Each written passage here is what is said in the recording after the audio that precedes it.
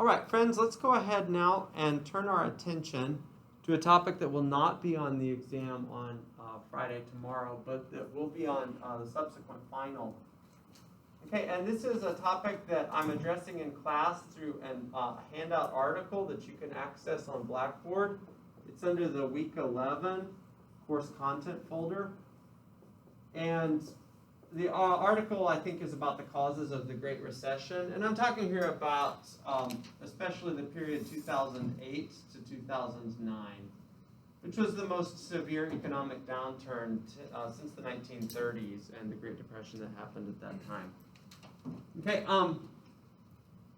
this is an instructive history because of what it has to say about moral hazard and about excessive risk-taking in finance.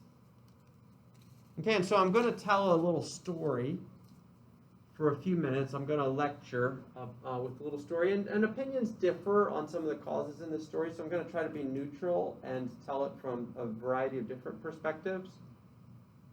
Okay, but basically I'm going to talk about the subprime mortgage crisis and the moral implications of the actions of the agents in that. Okay, so the story gets started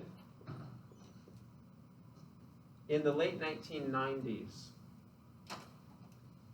Okay, and we'll call this the SMC for short. And it has several different players. Without a doubt, one of these players was the government. And in the late 1990s, times were good. And it was thought that some of the prosperity that the country was experiencing could be spread about to people who previously had been in social and demographic and economic classes that hadn't experienced the country's prosperity boom. Okay, there is in America a kind of a folksy dream, call it part of the American dream, if you will, and that is to own your own home. And most Americans have this in their minds. You haven't really made it financially unless and until you own your own home, you own your own place. Okay, and the government wanted to encourage home ownership in order to allow this part of the American dream to be realized by a larger and larger number of Americans. Okay, and so they wanted to encourage home ownership among people groups who had not previously usually experienced home ownership. Okay, and that's mostly, apartment dwellers, people who live in other people's homes, things like that. Okay, so as part of this, the government, first of all, let the GlassSteagall law lapse. Okay, GlassSteagall is a law that had been in place since the 1930s that had provided checks on the operations of commercial and investment banking. Government also provided tax incentives for banks, credit unions, mortgage lenders, mortgage origination companies, other kinds of mortgage providers to provide mortgages to so-called subprime customers, customers who would not previously have qualified for mortgages. Okay, so when you buy a house, of course, the first thing that your mortgage origination company or your bank or whatever looks at is your credit score. Okay, and credit scores come in various different sizes, shapes and sizes. Okay, and I've asked you guys this before, what's a good credit score? 800 is a good credit score. Okay, what's a bad credit score? 620 and below, subprime. SP for subprime. Okay, so some people do have credit scores way down there. Just as an inspiration to you guys, not to brag, but I want to let you guys know that this is possible. This can be you. My wife and I currently have a credit score of 836. Okay, so you guys can do this. Okay. Pay off your debts every month. Build it up over a long period of time, and eventually you can get a good credit score. All right, subprime customers don't usually get good mortgage rates, okay, because they are seen as riskier borrowers.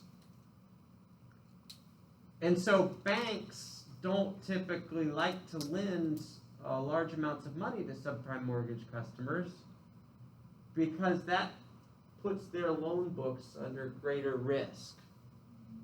Okay, they tend to favor people who are more likely to repay their loans. Bankers definitely played a role in the subprime mortgage crisis.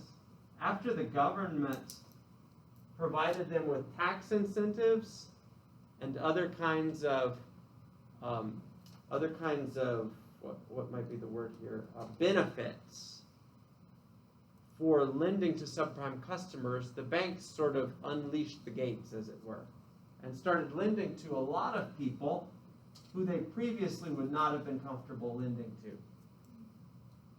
And the stories out of this era are really extraordinary.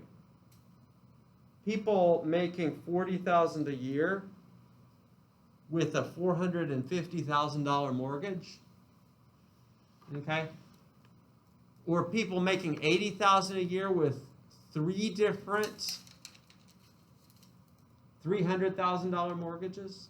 Crazy stuff, okay? Really crazy kinds of risks that were taken on by bankers. And bankers took on these risks partly because the government told them, if you do these things, we will provide you with tax relief. We will provide you with with financial backing. And in fact, actually, the government, through various different incentives, telegraphed to the banks that if things started to go bad and customers began defaulting, the government would have their back, as it were, and support their loan books. Okay, and bankers got real greedy. Okay, in the face of no risk, capitalism collapses. Okay, capitalism does not do well when there's no risk. Risk is a good check on business greed, because if you take on too much risk, then you are placing at risk your company's financial welfare. So capitalism functions best when there is real risk and there are real consequences to doing foolish things. Okay, but bankers, in the face of a no-risk guarantee from the government, got really greedy. Mom and pop played a role in all this, because mom and pop couldn't control themselves. Okay, when mom and pop were offered financial products from bankers that they previously would not have had access to, mom and pop got real excited. They said, yeah, we'll take on a $450,000 mortgage even though we're living week to week. Okay? And mom and pop couldn't exercise financial prudence, and in the face of the facilitation of their excess by bankers who offered them mortgage products that they should have been eligible for, mom and pop capitulated and took on too much mortgage. Okay, and a lot of exotic mortgage products were used at the time as a way of luring people into overextending themselves. One example of an exotic loan product that comes from that era is the balloon loan. Okay, if you look at a balloon loan is a mortgage that'll be fixed for a period of time, and then after like 5 years or so, it'll go way up. Okay, most mortgages these days that are sold are fixed rate mortgages. Okay, that are maybe a certain percentage over the whole life of the mortgage. But a balloon loan is a mortgage that's a fixed rate at one rate for the first however many years, we'll say 5 years for this example. And then after that, maybe this first rate is 3%. After that, it balloons to 20%. So quite obviously, if you take out a loan product of this kind, it is in your interests to pay it off prior to the 5-year mark. Okay, before really bad things happen. And people who shouldn't have had access to these kinds of products were given access to these kinds of products because the bankers got greedy and felt themselves to be in a no-risk environment and decided to give those kinds of people, mom and pop, access to these products. By the way, would a balloon loan ever make sense for any customer? What kind of a customer would it make sense for? Very desperate. Or what would it work? Someone who needs the mortgage now and is highly likely to make a whole bunch of money in the near future. So suppose you are a med school student and you've got 3 kids and you need the house now. And within 3 years, you're going to be making $180K a year or something. So you'll be able to pay it off at that point real fast. But you can't pay it off right now because you're still in school. That's the sort of person that this kind of a product would be valuable for. But what it ended up being was a bait and switch style product. We've all seen the entry-level APR offers from the credit card companies where 0% for 9 months, 0% for 12 months, after which it goes to 20%. The idea is to hook you and then increase the interest rate. Okay, this kind of a product can make sense for some people, but not for most, and it certainly was given to far too many people. Okay, mom and pop in about 2007. All that began in the 1990s. It built between 1998, 99, and 2006. And in 2007, mom and pop began to default en masse on their mortgages because they had taken on too much mortgage. Now, a small number of people defaulting on their mortgages is a regular occurrence. This is something that banks and mortgage origination companies plan for on a regular basis. A large number of people defaulting on their mortgages at once is a problem for the lender, a real big problem for the lender. Okay, and when mom and pop in about 2007 began defaulting on their mortgage, a mortgage is a secured loan. So what happens, like what is the security for the loan? For a mortgage, like do you guys know what secures the loan? The house. The house secures the loan. So when mom and pop began defaulting on their mortgage, that meant a whole bunch of houses became foreclosed on and were seized by the banks. Banks are not in the housing market. They don't want to be real estate companies. They want to be banks. So they flip these houses and dump them back out into the market as quickly as possible, which massively increases supply. When supply massively increases and demand does not, what happens to prices? The price goes. Prices plummet. And this affected everybody, not just the people who were defaulting on their mortgages. It affected everyone who owned a house. It led to a general purpose crash in the housing market across the whole country, in all of the major markets. Right when we were trying to sell our house, it was 2007. Was it really? Yeah, my parents were going through a lot of distress at that point. No way! No way! So you guys were trying to sell your house, but because the housing market was collapsing and values were plummeting, they couldn't get the price they wanted. I think we put it up 2006, and the market was so good. I mean, the house is marked up like a certain percent. My parents were like, wow, we're going to get more than we thought. And then it took a while to sell, and then, just crashed. And my parents were like, oh, geez. Like, No way! Wow. Well, it's catastrophic for millions of people. Oh, yeah, bad timing. Yeah, real bad timing. That sounds like the worst possible timing, actually. So a whole bunch of people lost their houses, and a whole bunch of other people who had houses saw the value of their houses plummet, and so you can't move because you're underwater and all that sort of thing. There are problems there. When people are trying desperately to pay their mortgage, to keep the house, they're going to cut their spending in other areas. And they're going to cut their spending in luxury goods. They're going to cut their spending even in mild necessities. They'll probably they'll continue spending on real necessities, strong necessities. But the weak necessities, they cut their spending on those. And we live in a consumer-based economy where about 70% of the economy is based on consumer spending. That's why the government is always trying to force us to spend. They try to They send out stimulus payments to make people think they're wealthier, even though no one's actually wealthier since everyone got a stimulus payment. It's a psychological gimmick to try to get people to spend. That's the whole idea of this behind the stimulus payment. But anyway, right? That's beside the point.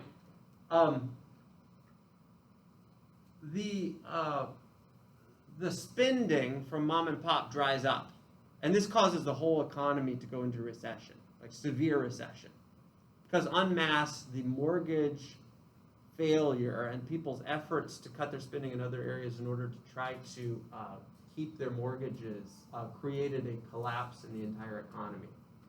Okay, what happened is called the Great Recession. It was a worldwide recession. The United States kind of dragged the whole world into it. It's a worldwide recession.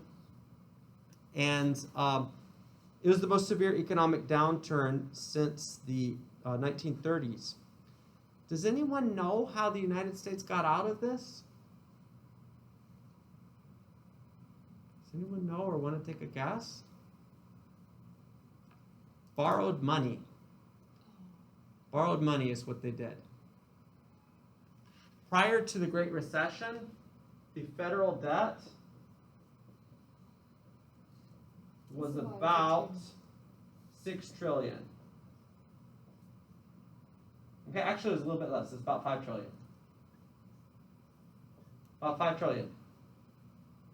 That was in 2006. By 2009, the federal debt had skyrocketed to about 12 to 13 trillion. Today we are way beyond that, by the way. I think we're at 25 trillion now, I believe. I think it's 25 trillion. They're like debt clocks you can look at online. So you can see, I'm going to say it's 25 trillion. Somebody look that up for us. Someone who's got a laptop, look up the exact federal debt right now. I think it's 25 trillion. Okay, but anyway, it was borrowed money. It was primarily borrowed from China. Okay, so basically the government borrowed money in order to bail out the failing industries. What's the exact federal debt? 28 trillion. We're at 28 now? No way. It's like it gets going. It's getting going faster and faster the higher it goes. Okay. All right, so we're at 28 trillion now. We've gone on a bender. Yeah, those sorts of debt clocks, you can see them all over the internet. So how do we get foreclosed? So the government borrowed money primarily from China, and this was a really controversial thing to do at the time. Okay, it was real controversial then because a lot of the businesses and banks and credit unions that got bailed out with the borrowed money, in other words, they were given cheap or like even grants, but at the very least, very low interest loans. So they got bailed out with the borrowed money.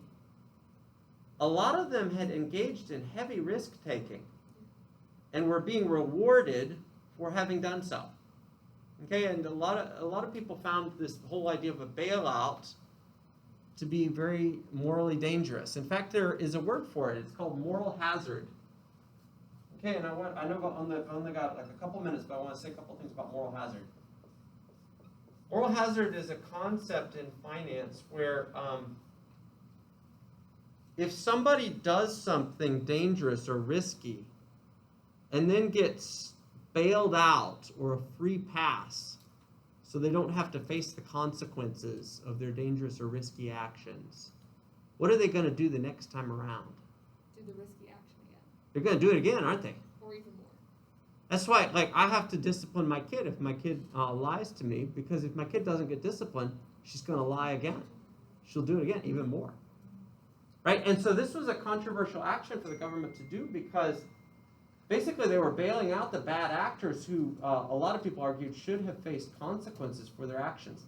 Does anyone know what the justification was at the time for the bailouts from the borrowed money? Systemic collapse. That was the justification, was if the banks that originated the mortgages don't get bailed out, then there will be a systemic failure because people will pull their money from the banks and, mass nationwide run on banks, and the system will, quote, collapse. Okay, yeah, I don't know. I'm not sure. It definitely would have been much harder times than people actually faced. That is true. But sometimes you just have to go through it. But sometimes you got to go through harder times. So that the than- next generations don't.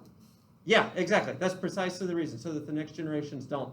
Basically, what happened instead was, instead of having a $5 trillion debt still, we have this kind of a debt now.